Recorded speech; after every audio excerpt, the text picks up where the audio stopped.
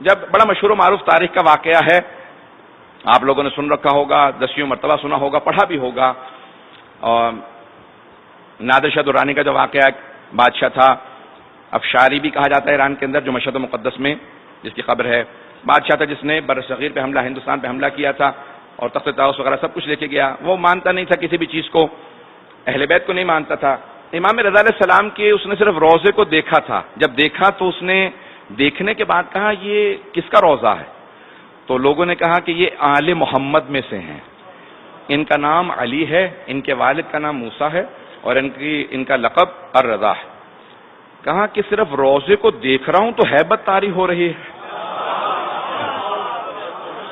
دیکھ رہا ہوں تو ایک ہیبت سی طاری ہو رہی ہے، میں ذرا اندر جا کے دیکھنا چاہتا ہوں، زیارت کرنا چاہتا ہوں. تو کہا کہ کوئی آداب زیارت بتا دے. میں تو مانتا نہیں ہوں کہ کیا آداب ہیں. کچھ علماء نے کہا کہ بھی آپ غسل زیارت کریں اور زیارت پڑھیں، اذن دخول پڑھیں، پھر اندر جائیں. تو ٹھیک ہے، اندر آیا، زری پہ دیکھا، کہا کہ واقعا آج پہلی مرتبہ محسوس ہوا کہ اس امت کے اندر آل محمد کا کوئی مقابلہ نہیں ہے.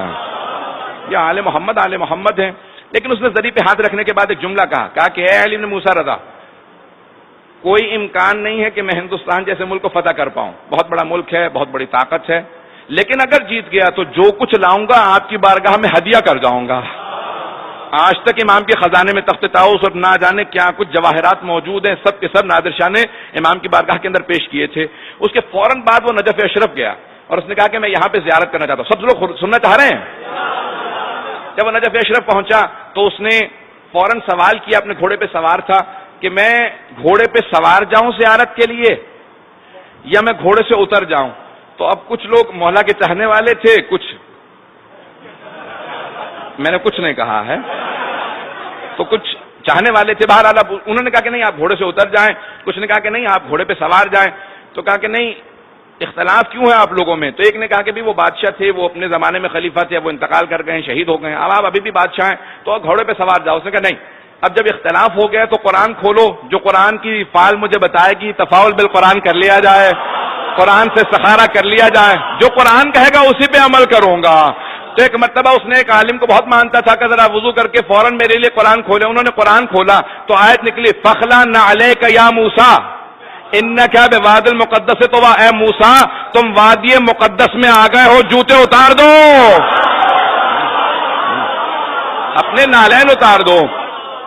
بس جیسی ہی آیت نکلی فوراً نادر شاہ اپنے گھوڑے سے اترا. کہا کہ گھوڑے پہ سوار تھا، یہ آیت نکلی ہے. پھر کہنے لگا کہ نہیں، یہ تو حضرت موسیٰ سے کہا ہے کہ اپنے نالین اتار دو، جوتے اتارے. کہا اتنا کافی نہیں ہے، وہ نبی تھے، میں ایک گنہگار ہوں، انہیں کہا گیا ہے یہ قرآن کی آیت ہے. تو اس نے ایک جملہ کہا میرے گلے میں ایک زنجیر ڈالو اور میں زمین پہ آ جاؤں گا، ہاتھ بنا کے چلوں گا، بس علی کی بارگاہ میں جا کے باندھ دینا اور کہنا یا علی آپ کا ایک جانور ملنے کے لیے آیا ہے. ممبر کے احترام میں اس لیے میں نے لفظ نہیں کہا تاکہ کوئی محسوس نہ کرے کہ میں نے توہین کیا. اور اس نے کہا کہ یا علی آپ کا ایک جانور آپ کی بارگاہ میں آیا، اگر قبول کریں. جیسے پہنچا اس نے زیارت کی، بہت رویا. جب باہر نکلا اس نے ایک صحن ہے مولا کے باب توسی جہاں پہ ہے، وقت گزر رہا ہے، وہاں پہ اس نے دیکھا کہ بہت سے لوگ زمین پہ بیٹھے ہیں، کسی کی آنکھ نہیں ہے، کسی کا ہاتھ نہیں ہے، مختلف لوگ جو ہے معذور. کہ یہ کون لوگ ہیں؟ کہ شفا لینے آئے ہیں. کہ میں ان سے ملنا چاہتا ہوں. ہادی کون ہوتا ہے؟ ہدایت کیا ہے؟ ان سب چیزوں میں عقیدت کس حد تک ضروری ہے، اس بات کو پیش کر رہا ہوں. آیا پوچھا کبھی کیا بات ہے، کتنے عرصے سے بیٹھے ہو؟ کہ میری آنکھیں نہیں ہیں، 6 مہینے سے بیٹھا ہوں. کہ اب تک شفا نہیں ملی؟ کہ نہیں. دوسرے سے پوچھا کیا بات ہے؟ کہ میرا پاؤں خراب ہو گیا، معذور ہو گیا ہوں. کہ پھر؟ کہ 8 مہینے سے بیٹھا ہوں. کہ شفا نہیں ملی؟ کہ نہیں. سب سے پوچھتا رہا کہ اتنے مہینوں سے بیٹھے ہو؟ کہ سارے حرم کے دروازے بند کر دو. غور سے سنیے گا. کہ حرم کے سارے دروازے بند کر دو. اور اس نے کھڑے ہو کے اعلان کیا کہ کل صبح فجر تک کا وقت دے رہا ہوں، جو شفا پا جائے گا گھر چلا جائے، اور جسے شفا نہ ملی میں اپنے تلوار سے اس کی گردن کاٹ دوں گا.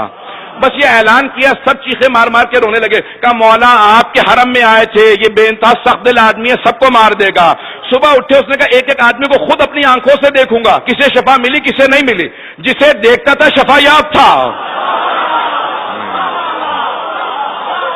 جسے دیکھتا تھا شفا یاب تھا. وقت نہیں ہے دانے گرامی کا. جسے دیکھتا تھا شفا یاب تھا. جو بات پیش کرنا چاہتا ہوں کہ تیری آنکھیں کیسے آ گئیں؟ کہ مجھے نہیں معلوم، 6 مہینے سے بیٹھا تھا، آج رات آنکھیں ملی.